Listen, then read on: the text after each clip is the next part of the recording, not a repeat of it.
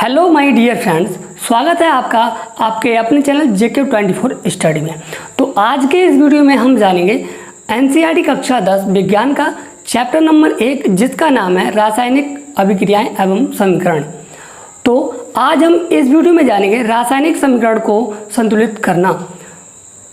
तो सबसे पहले हमें इसमें जानना होगा कि संतुलित या फिर संतुलन किसे कहते हैं। तो संतुलन क्या है? तो संतुलन का मतलब अगर हम समझें साधारण भाषा में, तो आप लोग कभी बाजार गए होंगे, बाजार से आप सब्जी लेकर आए होंगे, ठीक है ना। मम्मी जी ने भेज दिया होगा जाओ भिंडी लेकर आओ 1 किलो या फिर आलू लेकर आओ, तो आप गए होगे। जब आप गए होगे सब्जी लेने, तो जिससे आपने सब्जी मांगा होगा दुकानदार से, तो उसने सबसे पहले क्या किया होगा, एक उसके पास होगा तराजू होगा कुछ इस प्रकार से तराजू होगा, और वो यहाँ पर उसे पकड़े होगा, ठीक है ना, यहाँ पर पकड़ेगा और बराबर करके दे देगा। आप कहोगे कि भैया मुझे 1 किलो चाहिए, तो वो 1 किलो बराबर करके दे देगा। तो इसे ही हम संतुलन कहते हैं। जब ये दोनों बराबर कर देता है दोनों के लिए, तो इसे कहते हैं हम संतुलन। क्या कहते हैं? संतुलन कहते हैं कि दोनों तरफ बराबर हो गया। अब बात आती है कि रासायनिक समीकरण को हम किस प्रकार संतुलित कर सकते हैं। तो रासायनिक समीकरण में जैसे कि तराजू में 2 साइड होती हैं, एक साइड ये होती है, एक साइड ये होती है, उसी प्रकार रासायनिक समीकरण में 2 साइड होती हैं। एक होती है जिसमें होते हैं अभिकारक, एक साइड में आपके अभिकारक होते हैं और दूसरी साइड में होते हैं उत्पाद, ठीक है। एक साइड में अभिकारक और दूसरी साइड में उत्पाद होते हैं। तो अभिकारक जो होते हैं वो आपके लेफ्ट हैंड साइड में होते हैं, यानी कि LHS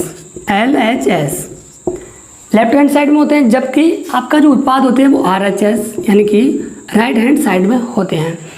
अगर हम LHS को अगर फुल फॉर्म में लिखें तो क्या होता है, लेफ्ट हैंड साइड, और इसे कहते हैं राइट हैंड साइड,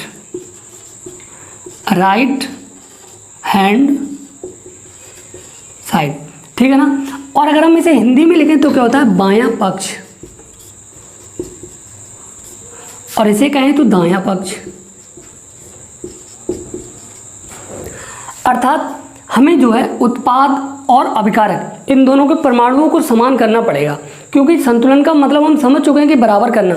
इन दोनों के लिए जो है बराबर पे लाना होगा हमें, तो उसे हम कहेंगे संतुलन, ठीक है। तो उम्मीद करते हैं इतना बहुत अच्छे तरीके से समझ गए होंगे।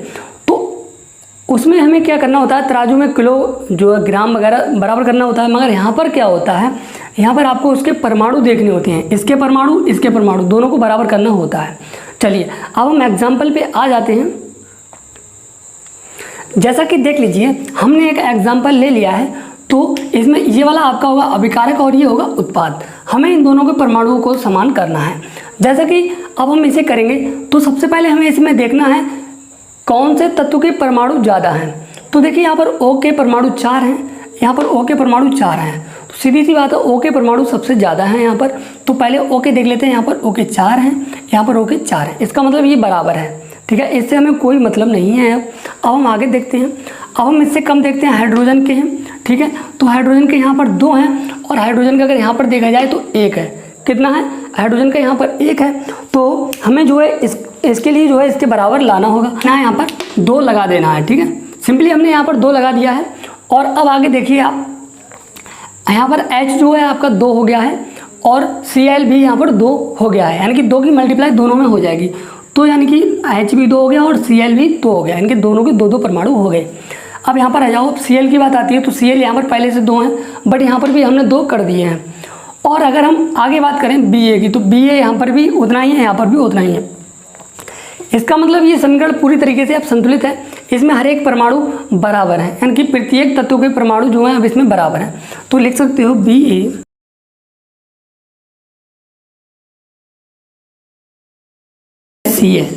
हमने इसमें बदलाव क्या किया, हमने इसमें सिर्फ और सिर्फ यहाँ पर 2 लगा दिया, और ये पूरा समीकरण जो है संतुलित हो गया। अब हम यहाँ पर देख सकते हैं, हमने एक एग्जाम्पल और ले लिया है। तो यहाँ पर देखिए सबसे ज़्यादा परमाणु किसके हैं, ये देख लीजिए यहाँ पर। तो सबसे ज़्यादा परमाणु जो हमारे हैं H के हैं। यहाँ पर हाइड्रोजन के परमाणु 12 हैं, बट यहाँ पर देखा जाए हाइड्रोजन के परमाणु 2 हैं। तो हमें सबसे पहले हाइड्रोजन के परमाणुओं को बराबर करना पड़ेगा। तो जब बराबर करना पड़ेगा तो सिंपली हमें क्या है, 12 बनाने के लिए यहाँ पर 6 से गुणा कर देना है, कितने से, 6 से जब हम गुणा करेंगे तो 6 दूनी 12 हो जाएगा। तो ठीक है, H यहाँ पर बराबर हो गया है।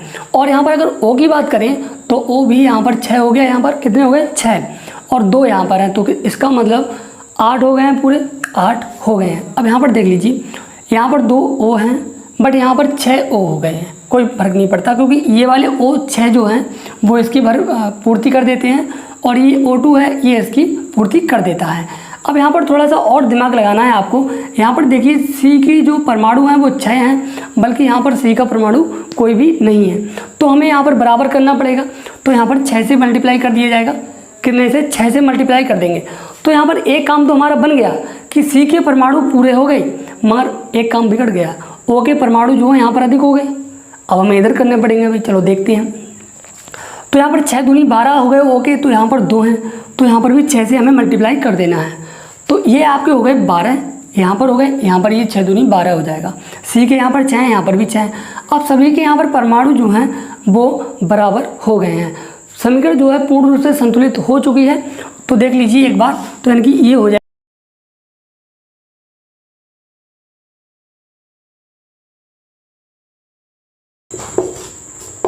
ठीक है। तो उम्मीद करते हैं ये भी क्वेश्चन आपको बहुत अच्छे तरीके से समझ में आया होगा। देखिए हमने एक और उदाहरण ले लिया है, तो यहाँ पर देखिए हम देख सकते हैं कि सबसे ज़्यादा परमाणु किसके हैं। तो सबसे ज़्यादा परमाणु यहाँ पर दिख रहे हैं हमें O के हैं, O के यहाँ पर 3 हैं, बल्कि यहाँ पर अगर देखा जाए तो OH जो है ब्रैकेट में बंद है, इसके दोनों के 2-2 परमाणु हैं। अगर हम ब्रैकेट खोलते हैं तो O के भी 2 हैं और H के भी यहाँ पर 2 हैं, बट यहाँ पर 2 ये हैं। तो कहने का मतलब टोटल कितने हो गए, 2 और 2 4 हो गए, यानी कि O के जो है यहाँ पर 4 है। इधर देखते हैं, इधर O के यहाँ पर 3 है और एक ये रहा, तो इधर भी 4 हैं। तो कहने का मतलब ये दोनों तरफ बराबर हैं, तो इन्हें हमें कुछ भी नहीं करना है। आगे देख लीजिए, यहाँ पर CA का 1 है, बल्कि यहाँ पर भी CA का 1 ही है। यहाँ पर देखिए C का 1 है, तो यहाँ पर C जो है आपका, C का यहाँ पर भी 1 दिया हुआ है। अगर हम यहाँ पर H2 की बात करें तो H2 यहाँ पर भी है और H2 यहाँ पर भी है। भाई ये तो बिल्कुल भी जो है संतुलन पहले से है, क्या संतुलित पहले से है। तो जो मैंने आपके लिए ये जो उदाहरण दिया है ये इसलिए दिया है जिससे कि आप लोग एग्ज़ाम में अगर दे दे वो इस प्रकार का, तो आप लोग बता सकते हो कि ये जो है पहले से ही संतुलित है, इसे हमें संतुलित करने की कोई आवश्यकता नहीं है। तो लिख सकते हो अतः इस प्रकार का अगर क्वेश्चन अगर आपके पेपर में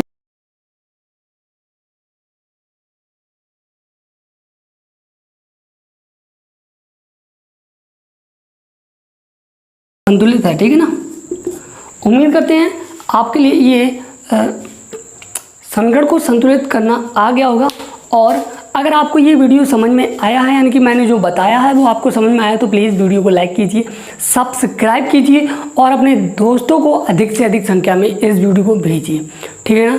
चलिए, थैंक यू वेरी मच, मिलते हैं अगले वीडियो में, तब तक के लिए जय हिंद जय भारत।